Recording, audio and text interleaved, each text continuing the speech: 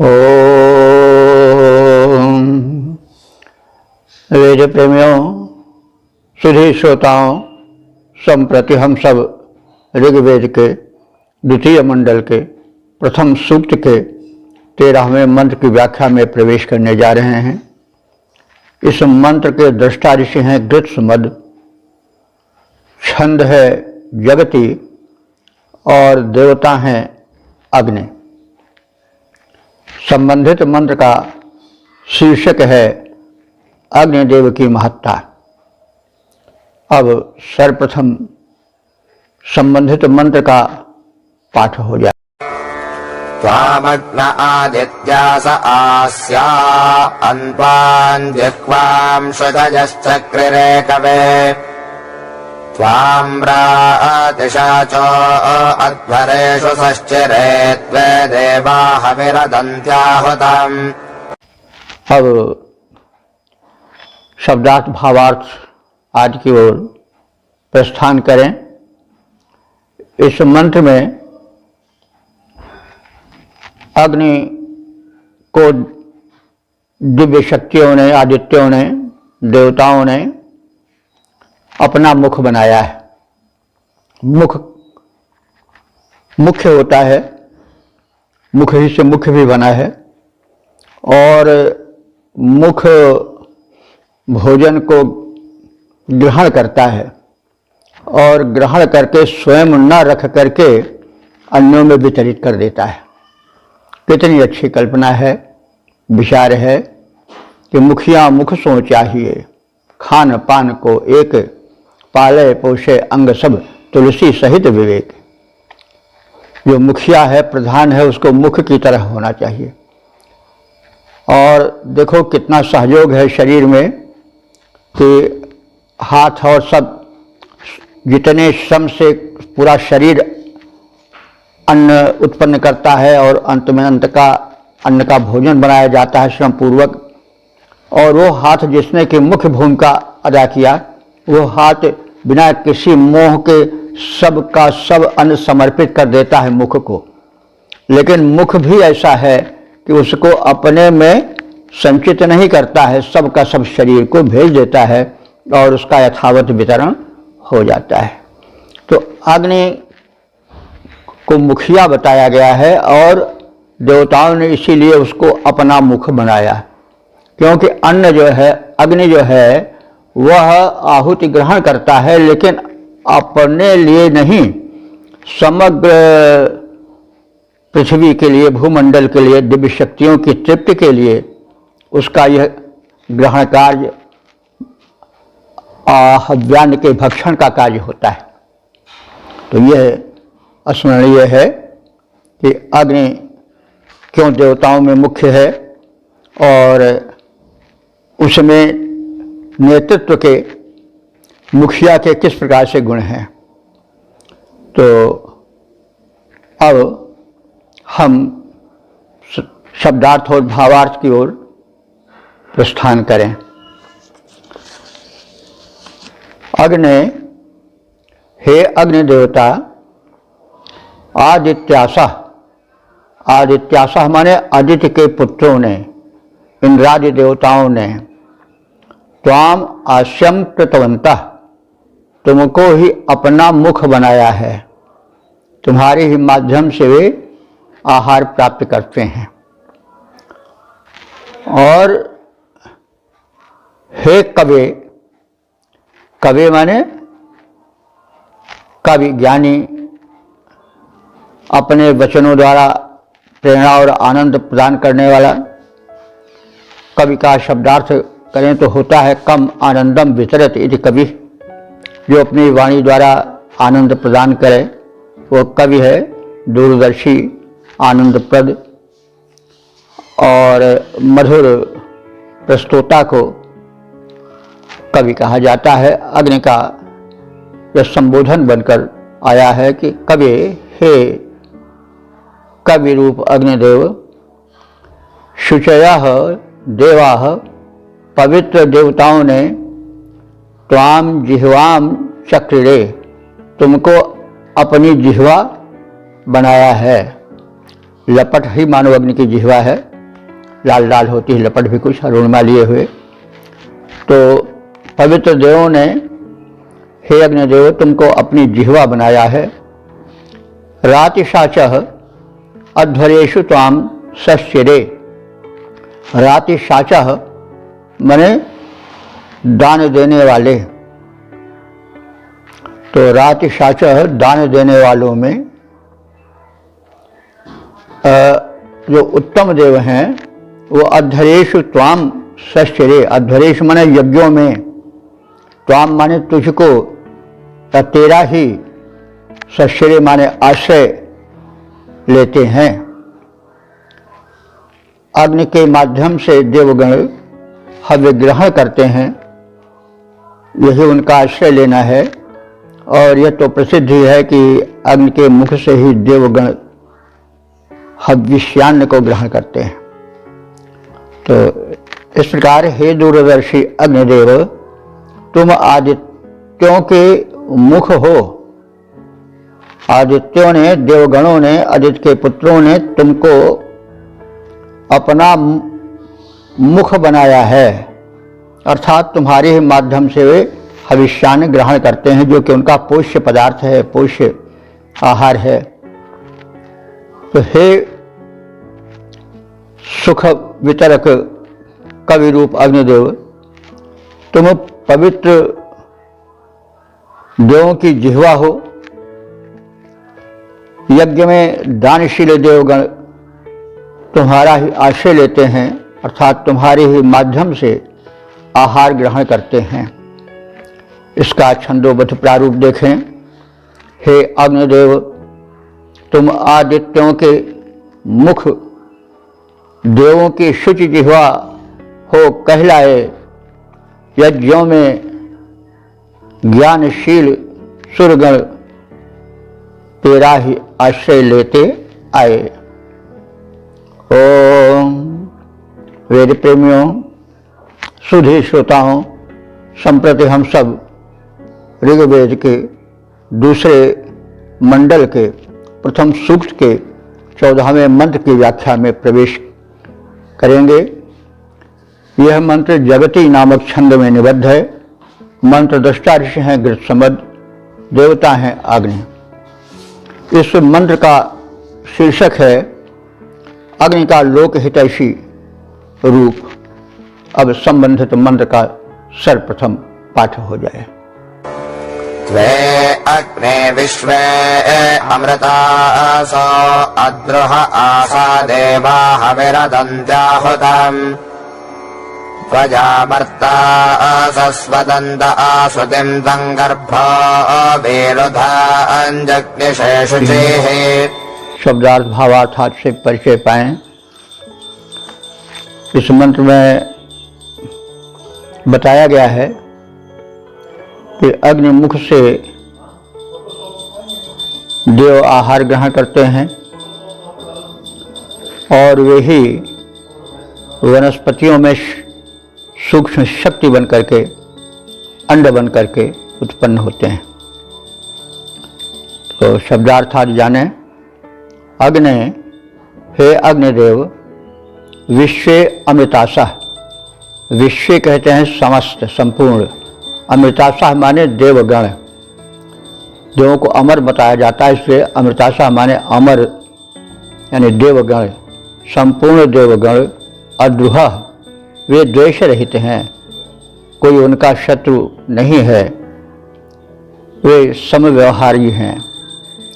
ऐसे देवा जो देवगण हैं, वायु, जल, अग्नि आदि, सूर्य आदि, ये अमर देव द्वेष रहित हैं, किसी के प्रति में पक्षपात नहीं है। त्वे आशा आहुतम हविम अदंती। त्वे माने तुम्हारे ही, आशा माने मुख द्वारा। आश शब्द मुख को कहा जाता है और उसी का तृतीया है आशा, छोटा सा है, दंती सा है। तो आशा माने तुम्हारे ही मुख द्वारा आहुतम हविम अदंती, देवा देवगण आहुतम माने अग्नि में आहुति रूप में डाली गई हविम हविष्यान्न को अदंत माने खाते हैं, भक्षण करते हैं। और मर्ताशा माने मरणशील मानो तया आसुतिम सदंते, तुम्हारे ही माध्यम से जो अन्न होता है उसको स्वादिष्ट बना करके ग्रहण करते हैं, उसका स्वाद लेते हैं।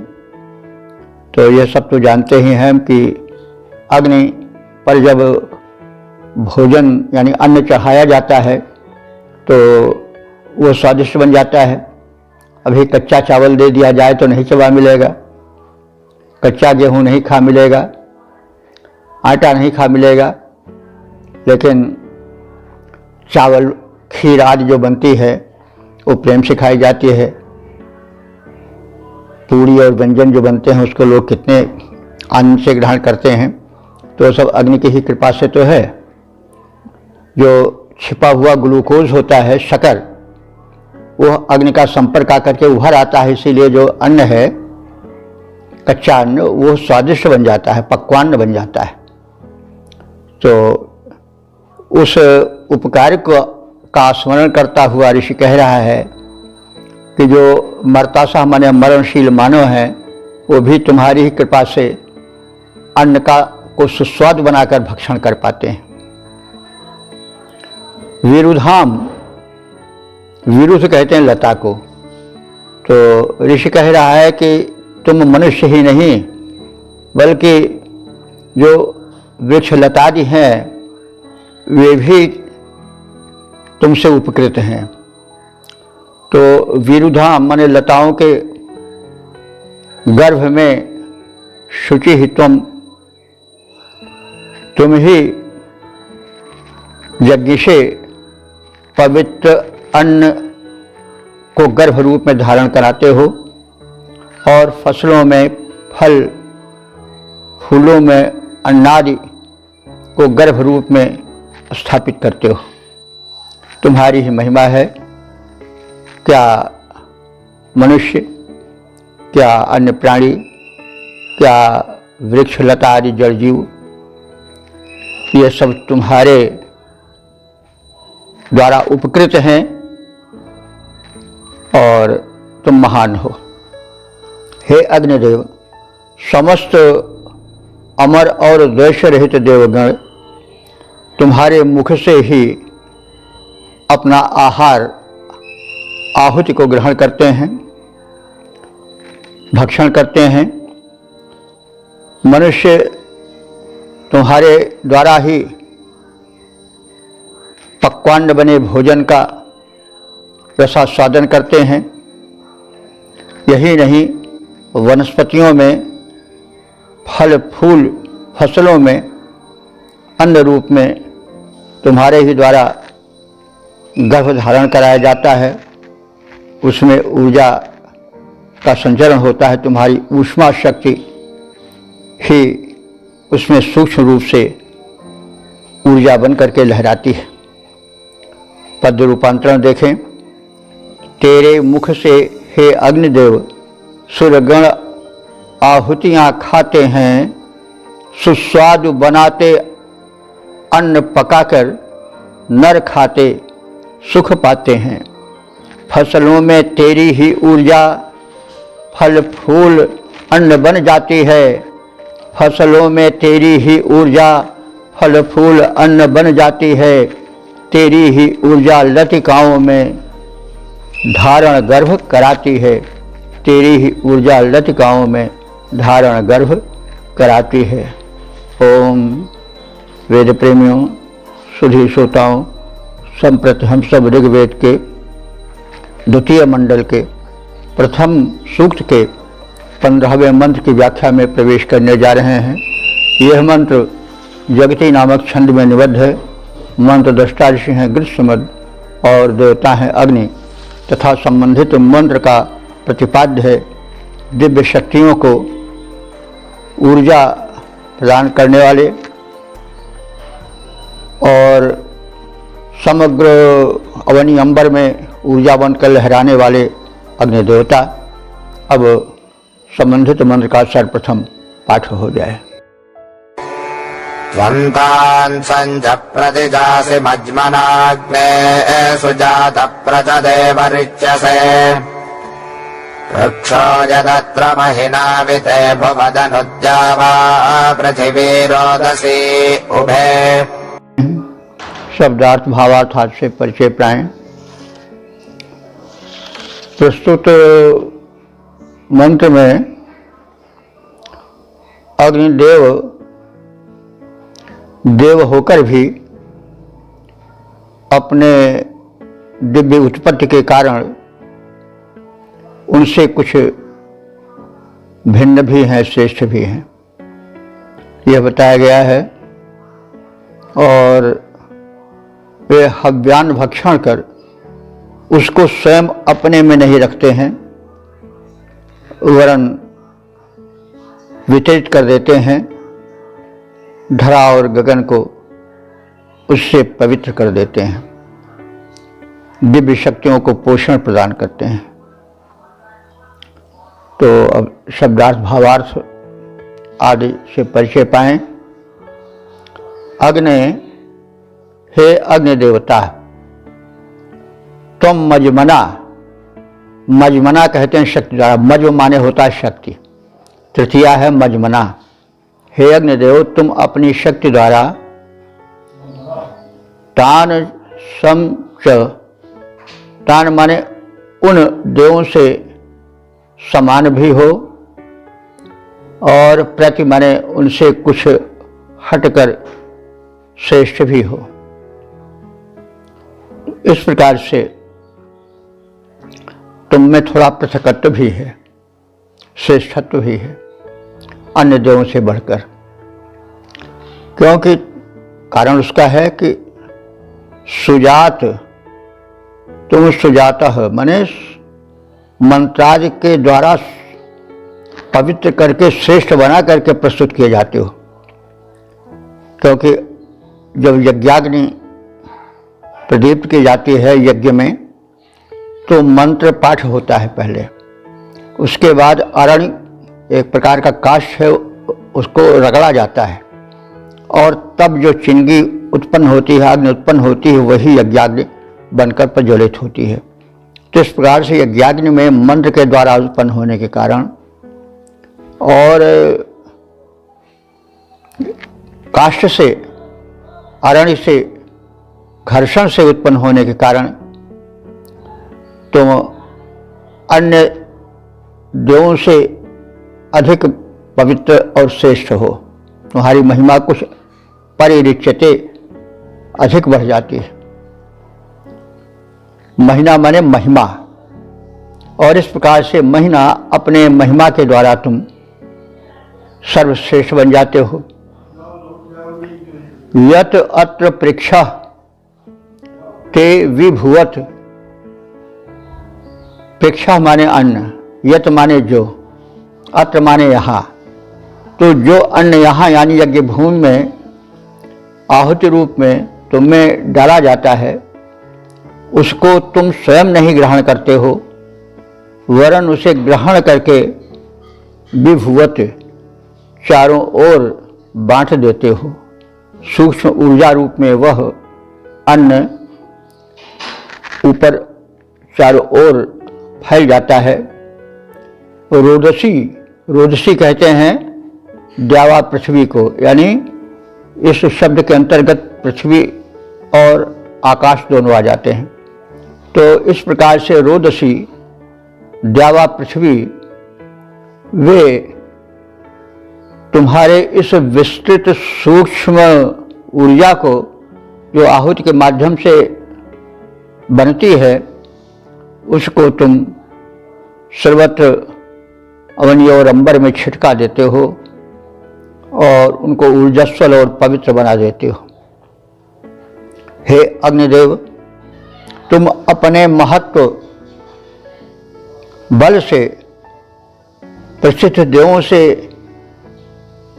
मिले भी हो, उनके समान भी हो, और अपने कुछ गुणों के कारण उनसे सर्वश्रेष्ठ भी, उनसे आगे भी हो, उनसे पृथक भी दिखाई देते हो। एक तो प्रथम यह ध्यान देने योग्य है कि जो तुम्हारी उत्पत्ति होती है यज्ञ वेदी में, वह मंत्रों के द्वारा और घर्षण से उत्पन्न पवित्र अग्नि के द्वारा होती है। यानी पवित्र चिंगारी से छिटक करके तुम होते हो मंत्र के माध्यम से। तो इस तरह से अपेक्षाकृत तुम्हारी उत्पत्ति कुछ अधिक दिव्य है, अधिक पवित्र है, पावन है। और तुम्हारी महत्ता इसलिए भी है कि तुम उस हविष्यान्न को जिसको भक्षण करते हो उसे अपने ही मेहनत से मित्र रख करके ऊर्जा बने उस हविष्यान्न को तुम वितरित कर देते हो और उसका प्रसार रोदसी में, माने अवनी और अंबर में, दोनों में समान रूप से हो जाता है और वातावरण ऊर्जास्वल तथा पवित्र बन जाता है। तो इस प्रकार से हमने इसके गद्यार्थ से परिचय प्राप्त किया। अब पद्य रूपांतरण पर ध्यान दें। हे अग्निदेव, सूर्यमंडल में भी मिले जुले दिखलाते हो। हे अग्निदेव, तुम सूर्यमंडल में भी मिले जुले दिखलाते हो, अपनी महती महिमा के कारण, किंतु पृथक भी हो जाते हो। जो अन्न बना आहुति यज्ञों में तुझ में डाला जाता है, उसका प्रवाह ऊर्जा बनकर, उसका प्रवाह अवनी अंबर में ऊर्जा बन छा जाता है, उसका प्रवाह अवनी अंबर में ऊर्जा बन छा जाता है। ओम वेद प्रेमियों, सुधी श्रोताओं, संप्रति हम सब ऋग्वेद के द्वितीय मंडल के प्रथम सूक्त के 16वें मंत्र की व्याख्या में प्रवेश करने जा रहे हैं। यह मंत्र जगती नामक छंद में निबद्ध है। मंत्र दृष्टा ऋषि हैं अगस्त, मंत्र दृष्टा ऋषि हैं ग्रीष्मद और देवता हैं अग्नि। संबंधित मंत्र का शीर्षक है अग्नि में अग्नि देवता से यज्ञकर्ताओं, स्तुतिकर्ताओं को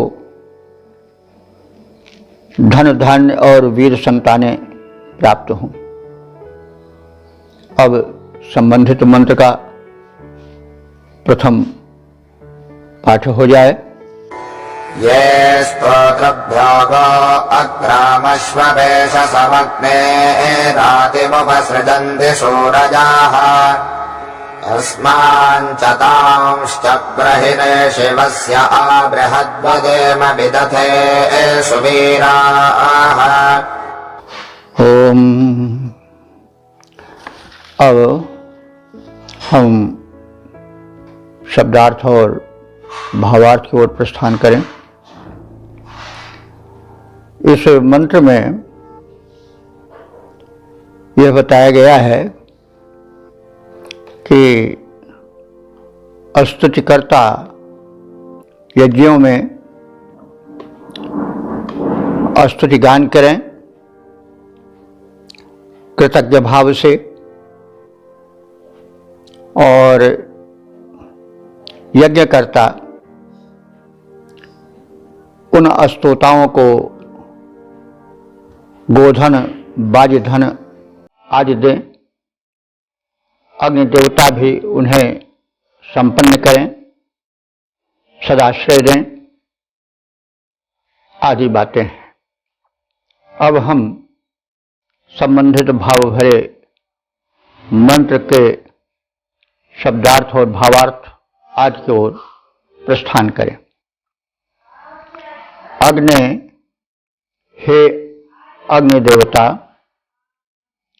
ये सूर्य, ये माने जो, सूर्य माने विद्वान स्तोतागण। सूर्य शब्द विद्वान को कहा जाता है और सूर्य उसका बहुवचन है। ये सूर्य जो विद्वान यज्ञ करने वाले यजमान स्तोतेभ्य स्तुति करने वाले स्तोताओं को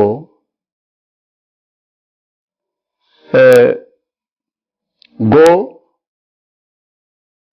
गायें, अश्व, घोड़े, पेशशम रातिम, इनके माध्यम से उच्च कोटि का दान देते हैं, उनको और असमान हम लोगों को, यानी जो यजमान हैं, यज्ञ कर्म करने वाले हैं, उनको और जो यज्ञ कर्म के सहायक हैं, स्तोता आदि हैं, स्तुतिकर्ता आदि हैं, उन सबको हे अग्निदेव वस्यः, वस्यः माने भरपूर श्रेष्ठ, वस्य माने वास योग स्थान आश्रय, वस्य माने निवास, वस माने रहना, वस्य माने रहने योग्य, आश्रय दो, स्थान दो। तो रहने योग्य स्थान यह है कि घर उत्तम हो और उत्तम स्थान पर उत्तम वातावरण में उत्तम निवासियों के मध्य बना हो, क्योंकि यदि दुष्टों के मोहल्ले में रहना पड़ा तब तो फिर बड़ा कष्ट हो जाएगा। कहा भी गया है कि बर भलबास नरक कर ताता, दुष्ट संग जन देह विधाता। तो ऋषि बड़ा चतुर है, प्रज्ञा संपन्न है, वो कह रहा है कि भगवान हमको वश्य माने निवास स्थान बसने के लिए तो दो ही, लेकिन वो उत्तम हो। उत्तम का तात्पर्य हुआ कि रहने योग्य हो, और जो पड़ोस हो, जिनके मध्य में हमें आश्रय मिलना हो, रहने का स्थान भवन आदि मिले, वह उत्तम हो, वह सज्जनों से भरा हुआ हो, दुष्टों के मध्य में न हो। तो ये सब समझने की बात है, जो ऋषि बड़ी बारीकी के साथ प्रस्तुत करता है कि हमको वश्य माने रहने योग्य निवास स्थान दो। रहने योग्य को ही व्याख्यायित किया गया है कि जो उत्तम हो, उत्तम वातावरण में हो, खुले मैदान में हो, जहाँ धूप और हवा आदि आती हो, जहाँ सज्जनों का निवास हो, जहाँ दुर्जन दुष्ट पड़ोसी न हो, आदि आदि समझने की बात है जो व्याख्यायित हो रही है। तो असमान यानी हम लोगों को वश्यः रहने के योग्य उत्तम आवास दो, और हमें कुछ और भी दो। वो क्या है? सुवीरा। सुवीरा माने श्रेष्ठ वीर संतानें दो। संतान हुई और अगर वो नालायक हुई तब तो फिर न मिलना ही अच्छा है। कहा भी गया है कि जो संतान नालायक है उससे अच्छा है कि संतान ना ही हो। तो हमें संतान दो तो सुवीरा माने सु माने श्रेष्ठ दो, वीर माने उत्तम गुणों से युक्त दो, वीरत्व युक्त दो। विदथे बृहद वरेम, और आपके इस दान के कृतज्ञता के स्वरूप हम सब तुम्हारे आराधक विदथे माने यज्ञ में, विदथ कहते हैं यज्ञ को, विदथे माने यज्ञ होने के समय बृहद वरेम व्यापक रूप से तुम्हारे यश का वर्णन करें। बृहद वरेम माने व्यापक रूप से तुम्हारा यशोगान करें। तो हे अग्निदेव, जो सुधी स्तोताओं को, स्तुतिकर्ताओं को गाय और घोड़े आदि उत्तम पशुओं का दान करते हैं, उन दानियों को तथा हम स्तुतिकर्ताओं को, इन दोनों को श्रेष्ठ स्थान में आश्रय दो, निवास दो, वहाँ शीघ्र ले चलो। हम सब वीर संतानों से युक्त हो जाएं और कृतज्ञता स्वरूप यज्ञ में तुम्हारा उत्तम गुणगान करें, उत्तम स्तुतियों से तुम्हारा मुक्त कंठ से प्रशंसन करें। तो यह इस सूक्त का समापन वाला मंत्र था। प्राय समापन वाले मंत्र में ऋषि अपनी अभिलाषा व्यक्त करता है। अभिलाषा यही है कि वह सुखी रहे, स्वस्थ रहे, धन धान से संपन्न रहे, जो संतानें हों वो लायक हों और महान हों। तो यही सब संसार का सुख है, क्योंकि नहीं दरिद्र सम दुख जग माही। तुलसीदास जी ने भी कहा, जो संत थे, कि भैया गरीब बन के रहना ठीक नहीं है, और न बंधु मध्य धनहीन जीवनम, और भाई बिरादरी के बीच में दीनहीन बनकर रहना तो बड़ा कष्टकर है। तो न बंधु मध्य धनहीन जीवनम बरम बरम सिंह गजेंद्र सेवितम। हे भगवान, सिंह और हाथियों से, हिंसक जंतुओं से भरे वन में रहना पड़े वो अच्छा है, लेकिन न बंधु मध्य धनहीन जीवनम, भाई बिरादरी के बीच में दरिद्र बनकर रहना न पड़े। तो ये तो यथार्थ है, और यथार्थ निकल आता है, चाहे ऋषि हो चाहे महात्मा हो, अंत में यथार्थ की भूमि पर उतरना ही पड़ता है। तो इस प्रकार से हमने देखा कि हे अग्निदेव, जो सुधी स्तोताओं को गाय, गोधन, बाजीधन आदि समर्पित करते हैं और जो तुम्हारी स्तुति करते हैं, इन सब को आप श्रेष्ठ आश्रय दो, निवास दो, और हम सबको वीर संतानें दो। और इस प्रकार से हम आपसे अनुग्रहित होकर के, उपकृत होकर के खुले दिल से यज्ञों में तुम्हारा गुणगान मुक्त कंठ से करें। पद रूपांतरण इस प्रकार से है, हे अग्निदेव, जो ज्ञानी नर हैं साथ साथ दानी महान। हे अग्निदेव, जो ज्ञानी नर हैं साथ साथ दानी महान, जो स्तुतिकर्ताओं को करते गाय और घोड़े प्रदान, ऐसे दानी के साथ हमें देना तुम उच्च स्थान प्रभो। हम वीर पुत्र के संग करें मिलकर तेरा गुणगान प्रभो। तो इस प्रकार से हमने ऋग्वेद के दूसरे मंडल के प्रथम सूक्त के 16 मंत्रों का परिचय प्राप्त किए, और अब तक जो मंत्र व्याख्यायित हो चुके हैं उनकी संपूर्ण संख्या है 2022।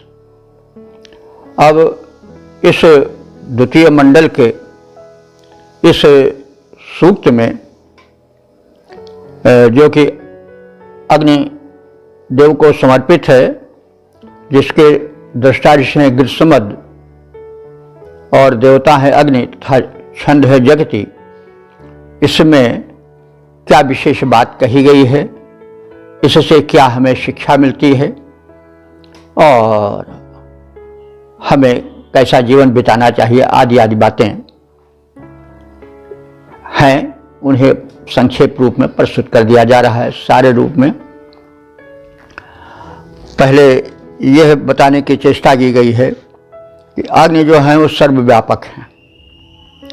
वे दुलोक में सूर्य बनकर जीवन दान दे रहे हैं, मेघों में बिजली बनकर के वे वृष्टि में सहायक हो रहे हैं, और घर में वे यज्ञाग्नि बनकर के, गृहपति बनकर के रह रहे हैं, प्रकाश फैला रहे हैं दीपक बन करके, हमारे भोजन को पका रहे हैं, कितना बड़ा कार्य कर रहे हैं। हमें कृतज्ञ होना चाहिए। और यही नहीं, भोजन के बाद भोजन को पकाते भी हैं, पचाते भी हैं, शरीर के भीतर भी। अगर अग्नि दुर्बल हो जाए, मंद हो जाए, तो जीवन भी क्षीण होने लगता है। और जब अग्नि तत्व बिल्कुल निकल जाता है, तब तो शरीर मिट्टी, मृत, पत, घृण्य बन जाता है। तो अग्नि की महत्ता और उनकी गुणवत्ता, व्यापकता, वत्सलता आदि का व्यापक चित्रण है। और अग्नि जो हैं, वे यज्ञ कर्म के संपादक हैं, संचालक हैं। यज्ञ कर्म जो आहुति वाला होता है, यज्ञ भूमि पर होता है, वो तो है ही, तो अग्नि के माध्यम से होता ही है। साथ ही साथ अगर हम यज्ञ को व्यापक रूप में लें, तो अग्नि जो ऊर्जा रूप हैं, वो भी उस शुभ कर्म में सहायक होते हैं। जब शरीर में ऊर्जा है, बल है, तभी तो कोई काम हो पाएगा। जो स्वयं निर्बल है, अपने बल उठ नहीं सकता है, बैठ नहीं सकता है, चल नहीं सकता है, देख नहीं सकता है, तो वो क्या लोकोपकार करेगा? जो अपने ही लिए भार बना हुआ है, तो दूसरे का भार क्या उतारेगा? तो इसलिए अग्नि की प्रार्थना की गई है कि वे हमें विविध रूपों में सुख दें, हमारे जीवन को पूर्ण बनावें, शक्ति संपन्न बनावें, तेजस्वी बनावें, ऊर्जस्वल बनावें, हमें दीर्घायु दें, धन धान्य दें। वे ही सृष्टि के प्रमुख संचालक तत्व हैं, उनके कारण ही दिव्य शक्तियाँ पुष्ट होती हैं। वे ही इस सृष्टि के आधार हैं, सर्वस्व हैं। इस सूक्त में समर्पण भाव ज़्यादा है। और जब ऋषि उस समर्पण से अग्नि के अनंत उपकारों से नतमस्तक हो जाता है, तो फिर उसी अग्नि में उसे सब कुछ दिखाई पड़ता है। हे अग्निदेव, तुम ही इंद्र हो, तुम ही देव, तुम ही वरुण हो, तुम ही मरुद्गण हो, तुम ही सब कुछ हो। तुम्हादि देव पुरुषः पुराण, तुमस्य विश्वस्य परम निधानम, वेद्यम च वेद्यम च परम च धाम, तया ततम विश्वमनंत मूर्ते। इस प्रकार से मतलब एक समर्पण भावना आता है, तो देवता के प्रति इतना मनुष्य समर्पित हो जाता है कि सर्वत्र जिसोर देखता हूँ उस ओर तो ही तू है, न तेरी सी खुशबू न तेरी सी बू है। जब हृदय भाव विभोर हो जाता है, उस परम शक्ति की महत्ता से नतमस्तक होकर के उसमें डूब जाता है, तो फिर उसे बस वही दिखाई पड़ता है। जित देखो तित तू, जहाँ देखता हूँ वही तू है। तुम ही सब कुछ हो। तुमेव माता च पिता तुमेव, तुमेव बंधुश्च सखा तुमेव, तुमेव बंधुश्च सखा तुमेव, तुमेव विद्या द्रविणम तुमेव, तुमेव सर्वम मम देव देव। तो यह समर्पण की और तल्लीनता के उत्कर्ष या उसके उच्च स्थिति का सूचक है। भाव विभोर होकर के भक्त अंत में आराध्य को, भगवान को ही सर्वस्व समझ लेता है। तो भगवान यहाँ इस सूक्त में अग्नि के रूप में, अग्नि रूप में देखे गए हैं। और ये तो प्रत्यक्ष देवता हैं। और यह बात तो सत्य है, वैज्ञानिक तथ्य है कि अग्नि ही तो आधार है। अग्नि को जब हम रुष्ट कर लेते हैं, अपने प्रतिकूल कर लेते हैं, तो संघार ही संघार होता है। शरीर में अगर रुष्ट हो जाएंगे तो शरीर नष्ट हो जाएगा। जैसे आजकल युद्ध चल रहे हैं, इसमें हम अग्निदेव का दुरुपयोग कर रहे हैं, तो संघार बन करके आ रहे हैं। अगर न्यूक्लियर वार हो गया तब तो फिर ये भूमंडल निर्जीव हो जाएगा, प्राणी बचेंगे ही नहीं, हजारों वर्ष तक विष फैला रहेगा, प्राणी जगत ही नष्ट हो जाएगा। तो कहने का मतलब अग्नि के उस दूरगामी परिणाम को, उसकी अनंत शक्ति का अनुभव ऋषि ने किया और सावधान किया कि हमें अग्नि का सकारात्मक प्रयोग करना चाहिए और अग्नि को सुरक्षित रखनी चाहिए, अपने के लिए, समाज के लिए, प्राणी मात्र के लिए, जड़ चेतन के लिए। तो इस प्रकार से हम इस दिव्य संदेश के साथ इस सूक्त के समापन के और समस्त मंत्रों को ध्यान में रख करके हम उस पर सूक्ष्म विचार करें, यह मेरा आग्रह है। और इस वैदिक संस्कृत को, जो कि विश्व कल्याण के लिए समर्पित है, उसके प्रचार प्रसार में वेदों का बड़ा योगदान है। उसका प्रचार प्रसार करें और पुण्यार्जन करें, अपना भी उद्धार करें और विश्व का भी उद्धार करें। ओम सर्वे भवन्तु सुखिनः, सर्वे सन्तु निरामयाः, सर्वे भद्राणि पश्यन्तु, मा कश्चित् दुःखभाग् भवेत्।